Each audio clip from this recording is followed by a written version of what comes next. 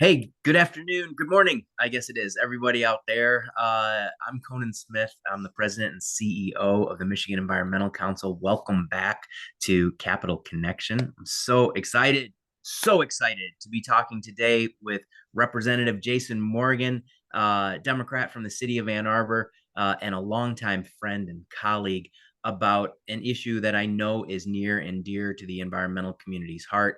Can we bring back polluter pay legislation? We haven't had really robust protections for our public health and our communities coming out of Lansing for quite a while. And Representative Morgan and his colleague, Senator Jeff Irwin, have recently introduced a comprehensive revision, which I personally think has just got like it hits all the right notes. A comprehensive revision to our polluter pay statutes, which we in the environmental community writ large are going to back every effort for. Representative Morgan, thanks for joining us today. It's great to have you. Yeah, great to be with you, Conan. So, Jason, will you give our audience just a little bit of background on yourself? Tell them how you got into this business of politics, and honestly, if you have a minute to talk about Representative John Dingell along the way and your affiliation with him, he was a great champion and one of the only elected officials that the Environmental Council has given the Milliken Award to, our highest honor. I know he was a friend of yours. Absolutely. Actually, Congressman John Dingell was a friend and mentor to me. And when I moved to Ann Arbor 12 years ago, uh, it was because I wanted to live in this great community, but then a job opened with Congressman Dingell. And I was just telling somebody about this earlier today about how interviewed with him. Candidly, it was rather terrifying to interview with him as a 21-year-old fresh out of college applying for a job with a legend. And it was just as intimidating as I expected. And at the end of the interview, he said, you know, you're green as grass, but we're going to give you a shot. And that was how I was hired. It was quite an experience, but one that led me in many ways to where I am here today as the state representative from Ann Arbor. I represent the 23rd House District, which covers downtown Ann Arbor over to Superior Township and up to a little bit of Wayne and Oakland counties, with the city of South Lyon and part of the Plymouth Northville Township area. Also, apologies in advance if a cat appears somewhere on my screen. I have tried to lock him out, but he's a 17-pound tabby and he does not take no for an answer. So we'll see if he forces his way here or not at some point. You are among animal lovers, so no worries. The other thing, so I will share my passion for the environment comes from growing up on the Great Lakes. I grew up on a commercial fishery in Lake Huron, spending every day of my life in the water or on the water. And then went to college at Northern Michigan University up in Marquette, Michigan, one of the most beautiful places in the world. And I've just always loved the environment and felt like we have a strong obligation to protect it. My entire interest in working in government comes from good public policy that is smart and thoughtful and effective, that is the right public policy for the right reasons to help people and to help our environment, no matter what. And so working on polluter pay has been the most exciting thing that I've worked on so far in my term. Senator Irwin and I have been working on this for 10 months. The drafting of these new bills that are more comprehensive than I think we've introduced in the past, as one singular bill in the past. And Senator Irwin has been working on this for many, many terms. I think his entire time in the legislature. So certainly huge appreciation for him working together with me on this. And then I also take the reins from my predecessor, Yusuf Rabi, who had worked on this previously too from Ann Arbor. Ultimately, this is just about good policy that will help people and ensure that we have a clean environment for future generations. We owe a debt of gratitude to the long line of Ann Arbor lawmakers who have championed polluter pay, going back to one of my predecessors here at the Environmental Council, Lana Pollack, who introduced the first polluter pay legislation and actually got it signed into law. It was shortly thereafter undermined by the Engler administration, and we've been fighting to restore it ever since. But thank you, Jason, and to your colleagues for providing that consistent leadership. Um, I don't think we need to talk about the need for it that much. I think the audience here, strong environmentalists, are going to understand how critical it is that we clean up these contaminated sites, some 24,000 of them across the state of Michigan, um, but also that we have good ways to hold people who pollute the land and the water accountable in that process. Of course, there are going to be orphan sites. I think you guys have talked about that, and how we continue to foster cleanups on those. Um, as we get into the bills themselves, uh, can you just tell us a little bit about the process that you and Senator Irwin have gone through over the last 10 months? Yeah, absolutely. So I think you're right. I think everyone who's listening here probably understands why we need to restore polluter pay protections in our state.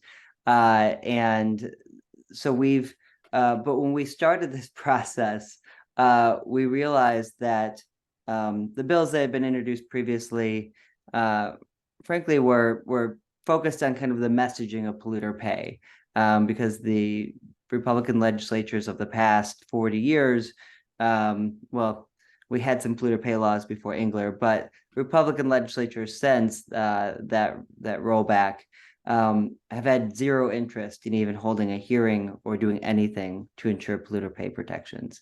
But when we started diving into the issue, working with MEC, with Conan and League of Conservation Voters, Sierra Club, for Love of Our Water, and all of our environmental friends, we dove in along with the Attorney General's office and the Department of Natural Resources. We talked to everyone and said, what do we really need today? How do we not only restore the protections, but add more transparency and light to the process?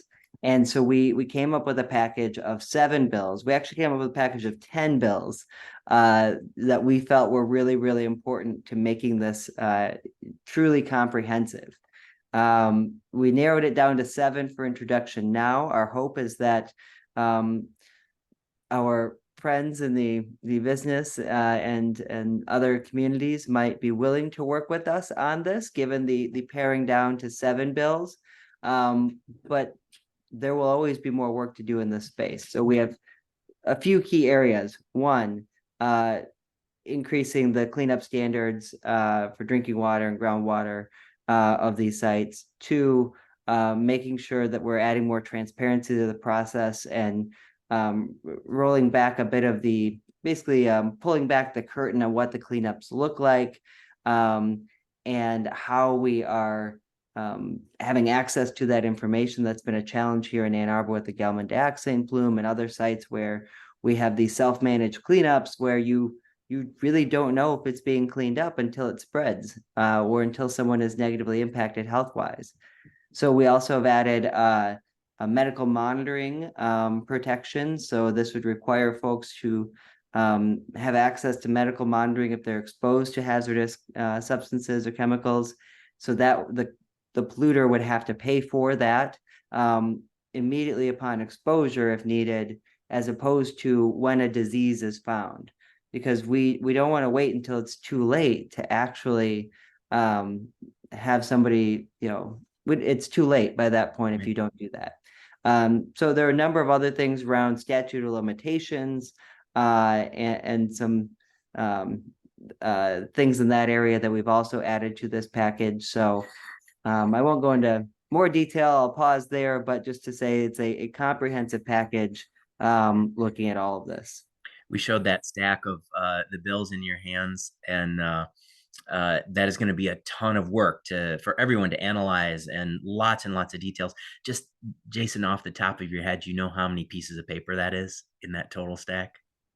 So it's so the bills itself are 135 pages. However, the what we have to bring over is multiple copies to turn in, and then we're getting co-sponsors. They want to see what's in it and things like that. So this is not the first time that I've walked over to the Capitol with a giant stack of bills. I have another bill package that was those 52 individual bills and a House Joint Resolution. But that's just good public policy often takes a lot of work, and let me tell you, it truly did take 10 months to write these bills. Yeah. This is an issue where you can't just send an email to the folks who draft the first copies of our bills for us, say, hey, do this. We want this done. It really took conversations with our environmental stakeholders who've been in this space and doing this work to say, what do you need to have more accountability and more ability to force cleanups? And so it's been um, exciting, exhausting, and I'm just so happy that we've finally been able to introduce those bills after working on them for so long. So one of the first bills in the package is going to require that landowners alert regulators when they find pollution. Currently, that doesn't have to happen. That can sort of hide behind a veil of secrecy. Why do you think that that first step is so very important? I think the first step is so important because you have to know when the pollution is found. It's you can't let people cover it up or just hope it doesn't get discovered. We've got to have more transparency in the process so that we can hold polluters accountable.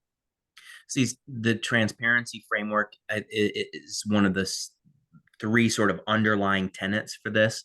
So not only making sure that um, we know when that pollution is happening, but you also push some bills to or push some policy to make sure that when cleanups were happening on properties, that the public would be aware not only of the extent of the pollution, but what mitigations were being done. Do you have examples of where things have um, or ways that that might work or ways that it hasn't worked in the past? Yeah, one of the best examples from here in Ann Arbor is the Gelman Docks and Plume, where uh, it's been very difficult over the years. And Conan worked on this as a county commissioner. I worked on this when I was chair of the Washington County Board of Commissioners as well. Uh, we didn't have control over some of the monitoring. It was all court negotiated. It was expensive and took a lot of time. We need to be able to say, here's where you should have detected the pollution and stopped it before it spread. Our current laws simply say you have to expand your prohibition zone. That's what they pushed for. And so more people lose the privilege and access to their groundwater and their homes are impacted. And we just expand this prohibition zone rather than saying, no, you should have caught this sooner. You're responsible for cleaning this up. One of the things that I found we were working on this specific plume at the county, we had a lot of debate about whether we could get an adequate cleanup under state law in Michigan or whether we needed to ask for EPA Superfund designation. And Congresswoman Dingell worked very hard and closely with us throughout this entire process, along with 4 units of government. We convened 4 units of government and spent a couple of years working on this, in addition to the 40 years prior to us working on it more recently, and finally concluded that we should keep trying under the state, but ultimately we needed the EPA Superfund designation to come in and help because we don't know that our laws in Michigan are adequate enough. And so that process is underway. I do believe that we will receive that designation at some point in the near future. That is my sincere hope. But I'd also like to make sure that we're preventing future sites. And so that is what our effort here is we want to make sure that no community should ever have to experience what we've experienced, what so many communities in our state have experienced over the last 40 years. So one of the grand challenges with the Gelman site was, 40 some years ago, uh, they were putting chemicals into the ground. Folks didn't know about that, and ultimately there was no source of money for cleanup. So you have to sue the company in order to recover funds for the well monitoring. You all are seeking to tackle that as well through some financial assurance policies. Can you describe that? Absolutely. One of the key pieces of our legislation is requiring financial assurances or a bond or an insurance policy on sectors that are known polluters. Um, I don't think our manufacturing industry in Michigan is going to stop anytime soon, and we want these jobs here. We want green, renewable energy jobs going long into the future, but as we're continuing to develop all of these things, and particularly as we're pouring state dollars into these things at this point, we need to make sure that those industries uh, don't have the option to simply go bankrupt or transfer ownership or abandon a site in the future. So we're requiring these, we're empowering Eagle to develop the framework to require financial assurances on these sectors that they deem the most impacted, uh, to ensure that they have that in place so that when pollution does happen or if it happens, that assurance is there that they can clean it up. So this is preventing future pollution. There's still more work that we need to do around ensuring funding, more adequate state funding for existing orphan sites. So that's still an ongoing effort, but at the very least, we can prevent future pollution as our manufacturing industry moves and changes. A former CEO of Patagonia once said that um, every industry, if you are in business, you pollute. It is a fact of industry, and the question is more, what are you doing about it? What are you doing to mitigate that risk, to reduce the potential for it? And some of the incentives, like financial assurance, I think are pretty powerful um, mechanisms for that. Um, However, business will come at you, representative, and say this is a deterrent to industry in the state. I don't believe that was your intent or Senator Irwin's intent. How do you approach the business community and let them know that this is not going to discourage development, and particularly of polluted sites that we need to see active remediation of? So that is something that we thought through in the process of this, and had conversations with folks in the business community that we'll say some, I think sometimes we say some comments toward the business community based in some frustration of historic pollution in our state. But we really do want to work with them to make sure that they have clear, um, to do three things. One, simply make sure the law is clear. If you follow this law and you do the right things, we should have no issues. That is the ultimate goal here. We don't want to have to hold anyone accountable. We want to prevent that pollution in the first place. Two, we want to make sure those financial assurances are in place if pollution does happen. In case it should happen, we want them to have some level of protection as well to say, hey, this was clearly an accidental pollution issue, but we have these assurances in place or this bond in place so we can afford to clean that up for our community and for the economy in our state. And three, we also know that we sometimes just have bad actors who are just factoring in polluting as a part of the cost of doing business. And I hope that's not the case with Patagonia, but you can't, the way our historic laws are in place, I just don't think it has been adequate to ensuring that they can't factor it into the cost of doing business. So Mhm. clear rules that say, here's what you got to do. If you do this, we're fine. Two, assurances so that if something does go wrong, there's a protection and a financial backing in place. And three, real accountability for those who really are bad actors who aren't trying to particularly do well here. Let's talk a little bit about that third section to the accountability. As I understand your package, one, you're giving Eagle a little more strength to set the cleanup standards, and you're also giving citizens some means to hold the polluting community accountable in their own communities. Can you talk about that 1-2 punch of Eagle and the citizenry being involved in this?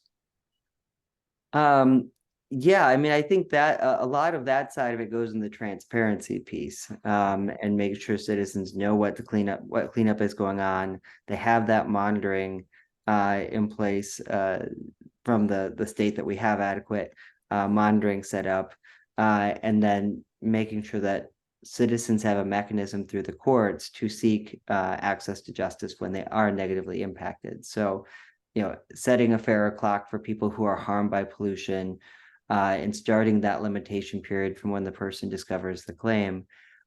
All of those things are very consumer protection oriented for people. Uh, if somebody is going to be negatively impacted by pollution, why does it matter if they discovered it in 4 years or 6 years or 10 years? If they can demonstrate, which they need to, that the pollution is what caused their disease or their illness or their negative health impact, I don't understand why there's any real timeline on that. It seems crystal clear.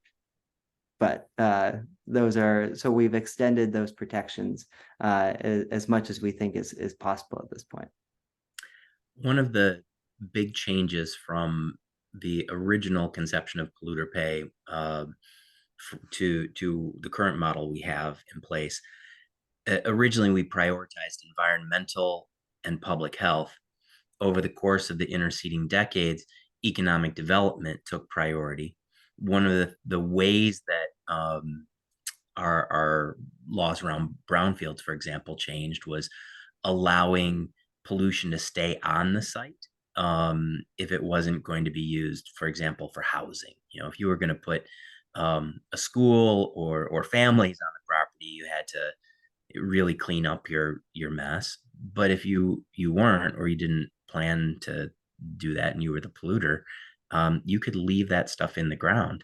Um, your bills require a much higher standard for cleanup for everyone. What's the motivation there? How does that interface with the expense of cleanup and the need for that land to be reclaimed?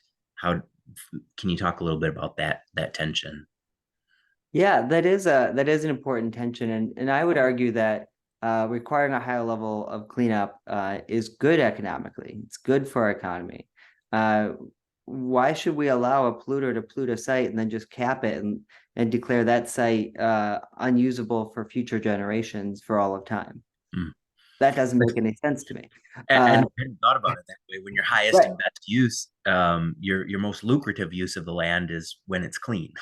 Right. It's the most economical when it is clean. We end up with a lot of sites today that are brownfield sites that we have to get creative about an economic incentive for somebody to develop those sites because it is so costly to clean that up. So our goal is to, again, make these laws very clear so that we're not trying to trap anybody into like accidentally polluting and unexpectedly getting caught.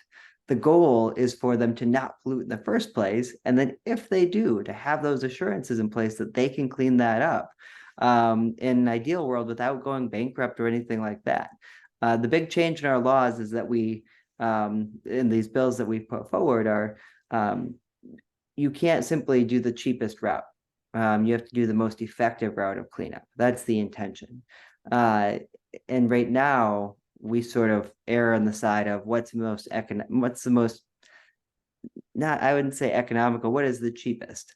Yeah. Um, if you have the most economical option, great, do that. If it does the same level of cleanup and it's more affordable, perfect. But if it's not adequate for a cleanup, but it just happens to be cheaper, that's unacceptable. We have to make sure these things are getting cleaned up. The other thing I'll add is I love brownfield redevelopment. It's something I was on the brownfield board in the county. It's one of our nerdiest public policy committees in the county board. It's reading through like painstakingly long documents about polluted sites and what development is going there and what the incentive looks like. And I really think that is an important tool that we absolutely have to maintain because we have these polluted sites all over the state. So that program absolutely needs to happen and continue to get support and be protected because we do want these sites to be redeveloped. And that is why we didn't go back to just strict liability. So to Mhm. the question that folks generally ask is, uh, we had the strictest environmental cleanup law in the country under strict liability. We didn't necessarily go back to that exactly because that was the concern is around uh, disincentivizing development. So we're trying to find the perfect combination of those balanced priorities with this package of bills. That is what our goal is. One of the things I love about that approach, Representative, is these bills are future oriented, working to avoid future pollution and give like strong assurances to the public and the business community about what that looks like. But you're also ensuring that there are tools in place for remediation of existing sites, whether that is going in and finding the company that polluted the site and holding them accountable, or leveraging tools like the Brownfield Act to make sure that that site gets cleaned up, even if that involves public investment. It's a great strategy. Jason, what are the prospects, or what is the process, I guess, from here in the Senate and the House? So our introduction this week was the first salvo of getting these bills out there for folks to look at and consider. And so that is really important. Our goal is to introduce them now, have the next several months to talk about these bills and hear from the public. We think we've done a lot of due diligence to make sure these bills are the best version that we can introduce, but there's always room for more input from the public and from residents around. We have some very smart residents throughout Michigan who care a lot about this. We want to hear that feedback. They may say, "Hey, we don't think this will do this as thoroughly as you want," or "We think you should do this other thing as well that's also helpful." We're open to those ideas. So we want to spend a couple months here to work on this and hear that input, and then make a strong case to our legislative colleagues in the House and the Senate. What I would say is almost every Democratic lawmaker in the House and the Senate previously has stated at some point that they support strong polluter pay laws. And I hope we would get some Republican colleagues as well who care about cleaning up the environment. We didn't get any as co-sponsors, but we're going to keep trying. If they want to support it, great. But I think it's ultimately going to come down to the public and how much we as lawmakers are held accountable to do the things that we said we would do when we were campaigning. I have never said anything in a campaign that I don't genuinely and fully believe in. And so this is really easy for me as a lawmaker to get in and say, I'm going to do the thing that I said I would do. And my hope is that that will be every one of my colleagues. If they've said they support polluter pay in the past, I hope that they'll also support it now that we're in the majority and we can actually get it passed, because that's what it's going to come down to. So I think it will come down to what public support is there and how much everyone who cares about this really makes that case and advocates as strongly as they can. Building off of that, I would say to folks in the audience, in the environmental community, it's incumbent on us to reach out to conservative lawmakers as well. There are 24,000 contaminated sites across this state. They touch nearly every community. Pollution does not care about your political affiliation. And we need to protect the public health and the environmental health, regardless of where these contaminants are in the state. So this should be a bipartisan issue, and I think it's incumbent on the citizens to make sure that it is. We've got good legislative leadership. We've got excellent bills, thanks to you, Representative Morgan. And now it's on the environmental community to ramp up the advocacy. Well, I'll just add, we know that the public supports this and is behind us. 95% of the public supports passing polluter pay laws, and 92% specifically support doing that here in this way. So that is our hope, is that in an ideal world, as an optimist, I would think that if the public is with you overwhelmingly, then things should surely be easy to pass, right? I always hope that as well. Being an So environmentalist where we get like big numbers like that, it does seem like that's how it should work out. we should all be environmentalists, regardless of political affiliation. We should all want a planet to live on into the future and safe and clean drinking water for our kids. These seem like things that make a lot of sense. Well, Representative Jason Morgan, champion of polluter pay in Michigan, thank you for your time today. It's been a really great time chatting with you about these bills. Thank you so much, Conan. Everyone in the audience, you posed a lot of detailed and technical questions in the chat and in the Q&A. Please know that we will work with Representative Morgan's office and our policy team at the Environmental Council to answer those questions. You'll receive a follow-up email from us along with a video of this webinar. So we'll address all those in that follow-up. Uh, Thank you for spending your morning with us. Until we meet again, this has been Capital Connection. I look forward to seeing you at the next version. Thanks, everyone. Have a great afternoon.